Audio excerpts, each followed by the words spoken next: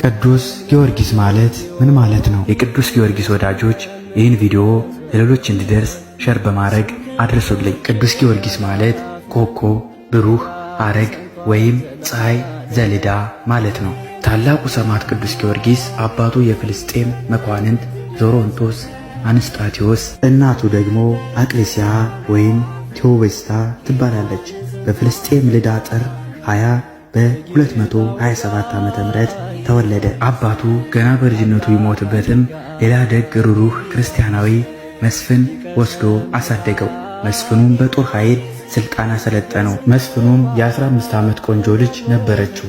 እናም እሷን አግብቶ ሀብት ንብረቱን ዙፋኔን ወስዶ እንዲኖር አሰበ። እግዚአብሔር ግን በዚህ ተቆጥቶ የመስፍኑን ነፍስ ወሰደ። ቅዱስ ጊዮርጊስም የመስፍኑን ሐዘን ከጨረሰ በኋላ ቤሩት ሀገር ሄደ። በዚያም በሕዝቡ ይመለክ የነበሩ ጥንታውያን የሆኑ ድራጎን የተባለ ክንፍ ያለው እንስሳ ሕዝቦቹን ሴቶች ልጆችን የሚገብሩለት አመፀኛ እንስሳት ነበረ። ጊዮርጊስም ከከተማዋ በደረሰ ሰዓት ከአንዲት ዛፍ ላይ ብሩክታይት የምትባል ቆንጆ ሴት ተንጠልጥላ አያት። በዚያም ጊዜ ምን ሆነሽ ነው አላት። እርሷም ድራጎኑን አምላካችን እንዳይበላ ሽሽ አለችው። እኔ ለሱ ተሰጥቼ እየጠበቅኩ ነው አለችው። ይህን እየተባባሉ ያሉ ድራጎኑ በአየር ላይ የበረረ ከቅዱስ ጊዮርጊስና ከብሩክታይት ስር አረፈ። ቅዱስ ጊዮርጊስም እንዳየው አፉን ከፍቶ መርዙን ሊረጭ ሲል ቅዱስ ጊዮርጊስ በስመ ሥላሴ አማተበበት። በዚያም ጊዜ ቀጥ ብሎ ቀረ። ቅዱስ ጊዮርጊስም በያዘው ጦር በአፉ ጨመረበት። ጦሩም ከአፉ አልፎ አንገቱን ወጋው። ወዲያውንም ሞተ። ይህንም የሰሙ የቤሩት ከተማ ሰዎች በቅዱስ ጊዮርጊስ አምላክ አመኑ።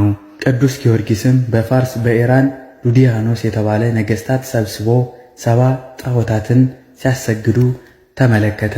በዚያም ጊዜ በቤተ መንግሥት ድረስ በመገስገስ ተቃውሞ በማሰማት ክርስቲያን መሆኑን መስክሯል። ከዚህም በኋላ በተለያዩ ነገሥታት ቅዱስ ጊዮርጊስ በሰው ሕሊና ሊታሰቡ የማይችላቸውን 19 መከራዎችን ደርሰውበታል። ቅዱስ ጊዮርጊስም 3 ጊዜ ሞቶ 3 ጊዜ ተነስቶ የእግዚአብሔርን ታምር በተደጋጋሚ ተገልጿል። 19 የቅዱስ ጊዮርጊስ የሥጋ መከራዎች የሚባሉት፣ አንደኛ ክርስቲያን በመሆኑ ብቻ ወደ እስር ቤት ተወርውሯል። ሁለተኛ እጁና እግሮችን ታስሮ ተገረፈ። ሶስተኛ የብረት ጫማ አጥልቆ አስኬዱት። አራተኛ ከብረት አልጋ ላይ አስተኝተው እሳት አነደዱበት።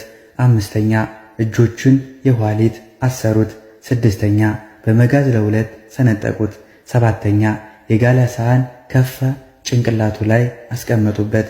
ስምንተኛ የሰውነቱን በጩቤ ፈተፈቱት። ዘጠነኛ ችቦና እሳት አንድደው በግራና በቀኝ አቃጠሉት። 10ኛ ምላሱን በቢላዋ ቆረጡት። 11ኛ በአፍንጫው ቀዳዳዎች የሚስማር መተው ቸነከሩት። 12ኛ በመጥረቢያ ፈለጡት። 13ኛ ቅጥራን አፍልተው በጭንቅላቱ ላይ ደፉበት። 14ኛ በበሬ አስረው ጎተቱት። 15ኛ ጥርሶቹን በጉጥ አስረው ነቃቀሉት። 16ኛ ከብረት ድስት ውስጥ ጨምረው ቀቀሉት። 17ኛ አስጎንብሰው አሸዋ ጫኑበት። 18ኛ ከእንጨት ላይ አንጠልጥለው በእሳት አጋዩት። 19ኛ በወፍጮ ፈጭተው አጥንቱንም ዘሩት። ቅዱስ ጊዮርጊስ ለአእምሮ በሚከብድ መልኩ ብዙ መከራ ተቀብሎ በ27 ዓመቱ ሚያዝያ 23 ቀን መከራን ተቀብሎ በሰማዕትነት አርፏል። እግዚአብሔር ሰማዕታትን በደሙ ቅዱሳንን በተጋድሎ ያጸና አምላክ እኛንም በሃይማኖት በምግባር እንድንጸና የእርሱ መልካም ፈቃድ ይሆንልን። አሜን።